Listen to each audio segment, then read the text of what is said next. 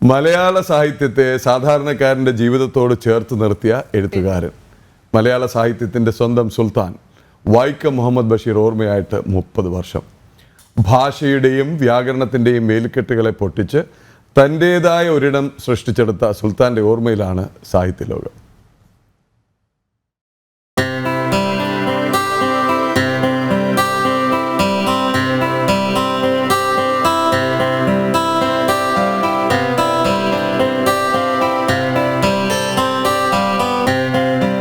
സാധാരണക്കാരന്റെ പച്ചയായ ജീവിതത്തെ സാഹിത്യത്തിലൂടെ തുറന്നുകാട്ടിയ ഒരു മനുഷ്യനുണ്ടായിരുന്നു. ബേപ്പൂർ സുൽത്താൻ എന്ന അപരനാമത്തിൽ അറിയപ്പെട്ടിരുന്ന വൈക്കം മുഹമ്മദ് ബഷീർ. 1908 ജനുവരി 21 വൈക്കത്തെ തലയോലപ്പറമ്പ് ഗ്രാമത്തിലാണ് ബഷീറിന്റെ ജനനം. തലയോലപ്പറമ്പിലെ മലയാളം പള്ളിക്കൂടത്തിലും വൈക്കം ഇംഗ്ലീഷ് സ്കൂളിലുമായി പ്രാഥമിക വിദ്യാഭ്യാസം നേടി. പിന്നീട് അങ്ങോട്ടുള്ള ജീവിതം സ്വാതന്ത്ര്യസമര സേനാനിയായും നോവലിസ്റ്റായും കഥാകൃത്തായും കടന്നുപോയി. നാട്ടുമനുഷ്യരുടെ സാധാരണ ജീവിതവും പച്ചയായ ഭാഷാശൈലിയുമായിരുന്നു ബഷീറിന്റെ കൃതികളുടെ പ്രത്യേകത.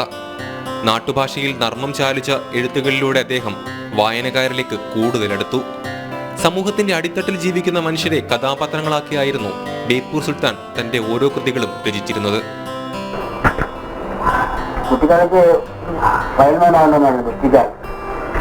പിന്നെ എഴുത്തുകാരനാണെന്ന് ആഗ്രഹിച്ചത്. കാരണം ഞാൻ വൈക്കം ഇംഗ്ലീഷ് പഠിക്കുമ്പോഴേ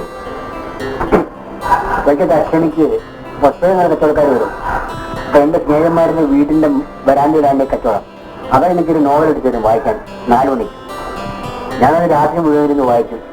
ഞങ്ങളുടെ വീട്ടിലെ അങ്ങനെ എന്ന് പറഞ്ഞ ഇൻഡസ്ട്രി മിറ്റോടിക്കുന്ന ശബ്ദം കേട്ടാണ് വായന നടത്തുന്നത്.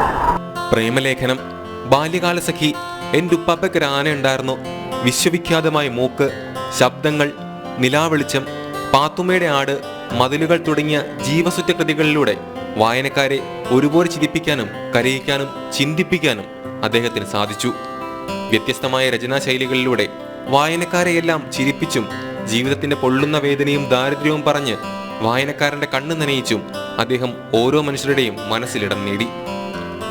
1994 ജൂലൈ 5 സാഹിത്യലോകത്തോട് സുൽത്താൻ വിട പറഞ്ഞത്. കാലങ്ങൾ കടന്നുപോയാലും സുൽത്താന്റെ രചനകൾ ആവേശവും കൗതുകവുമാണ്. യുവതലമുറയിലും ഇന്ന് ബഷീർ കൃതികൾക്ക് ആരാധകരേറെയാണ്. ന്യൂസ് ഡെസ്ക്, ജനം.